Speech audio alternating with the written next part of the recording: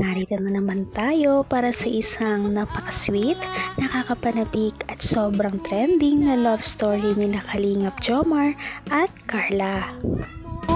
Ay aking makilala.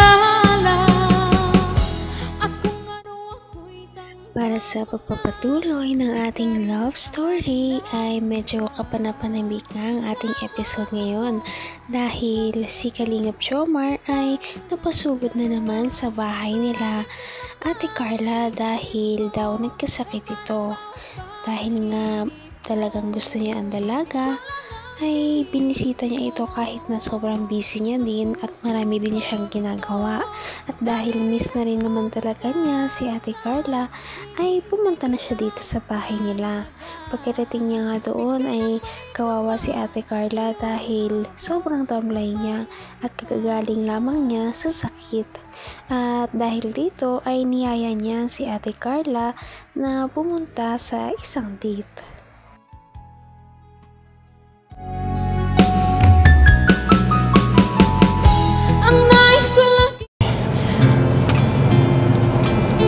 Bro, kumusta na kayo si Carla? Ano? Nasakit siya, diba? Oo nga eh. Alam mo, nakalungkot na hindi natin siya nakasama nung nung ball. Kaso, alam mo na ipagpilitin natin, hindi naman kaya ng katawan niya. Tsaka, alam mo bala ko sana puntahan siya after nun eh.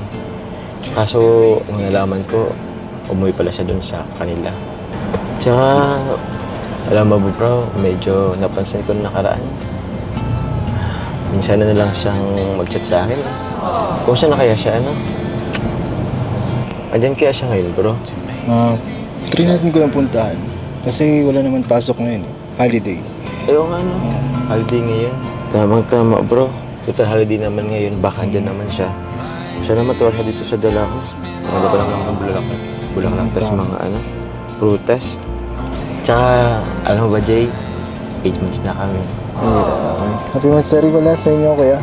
Happy 8. Salamat, Jay. Kaso po, nakakalungkot rin. 8 months na kami, pero hindi na pa rin ako sinasagot. Mali mo, 4 na buwan pa. 4 na buwan pa? Matagal-tagal pa yun. Kaso, ayaw mo na ito muna tuloy, Jay. Ayaw mo na yung pag-usapan. Kasi nung nakaraan, pinag-awayan pa namin yan. Sinayaw mo pa nga. Ha?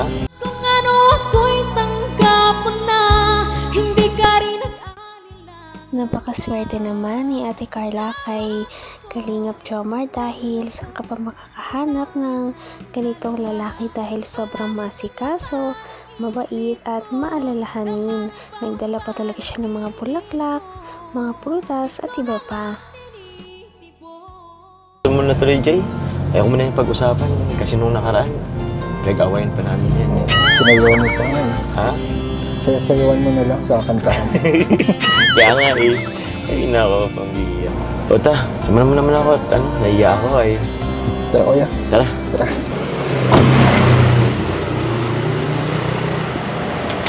Ay, sana magustuhan niya to. Bro, pwede kayong pumasok dito, ano? Di ba last time pumasok naman tayo? Tara, pasok tayo. Uy.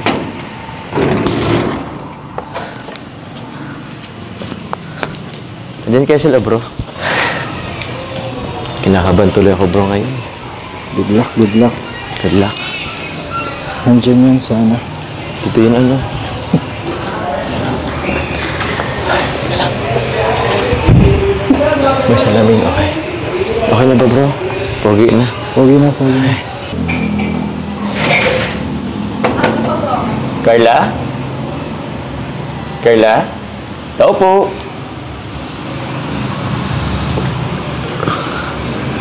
Carla, ansit ka ba?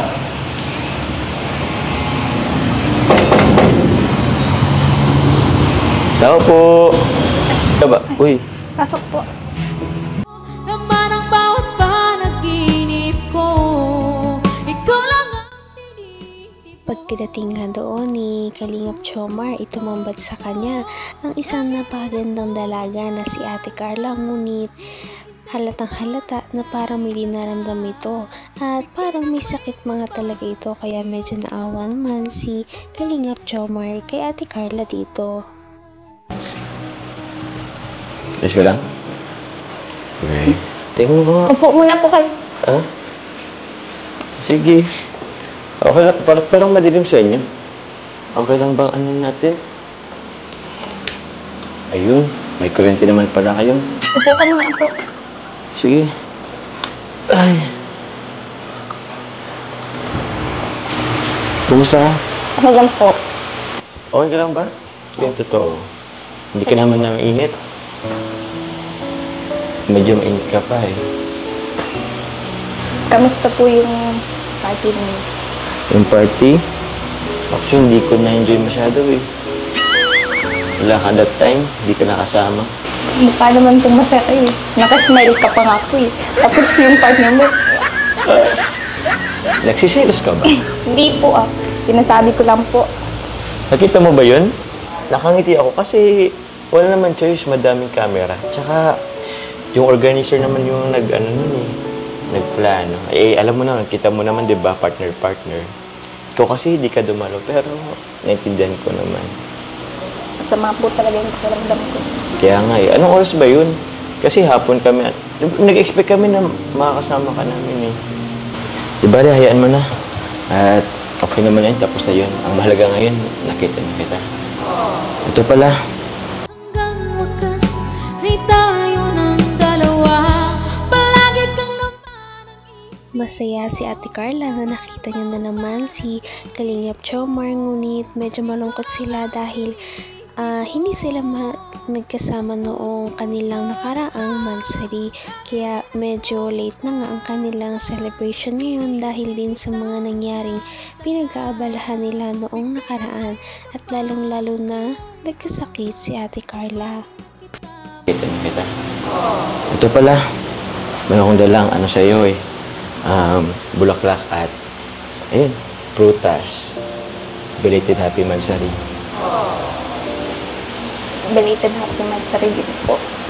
Bakit ka tumata? May kasama ka ba dito? Ito, kasi, alam mo, mga prutas, kasi alam kong kakatapos mo lang sa ano eh, kakagaling mo lang din sa sakit. Ay, ano bang gamot mo dyan? Uminom ka ba ng gamot mo? Hindi. Vitamins. Parang pumapayat ka yata ah. Wala ka ba kinakain dito? Hindi po kayo nabisita eh. Joke lang po. Ikaw naman kasi, di ka nag-reply sa akin. Pwede naman pong bumisita kahit walang reply ah. Ay, grabe. Pinapakonsensya mo pa ako ay. Sorry na, kasi inirespeto ko rin naman yung ano mo. Baka minsan kasi, ang alam ko kasi, ayaw mo din ng istorbo. Baka gusto mo rin mapag-isa or ano, nagpapahinga ka. Kaya, hindi kita may dala pa naman ako ng mga gamot sa'yo eh, mga vitamins. Di bale, may surprise ako ngayon sa'yo. Ano po yun? Napakasweet talaga ni Kalingap Jomar dahil hindi niya pinapabayaan si Ate Carla ngayon na may sakit ito at kagagaling lamang nito sa sakit.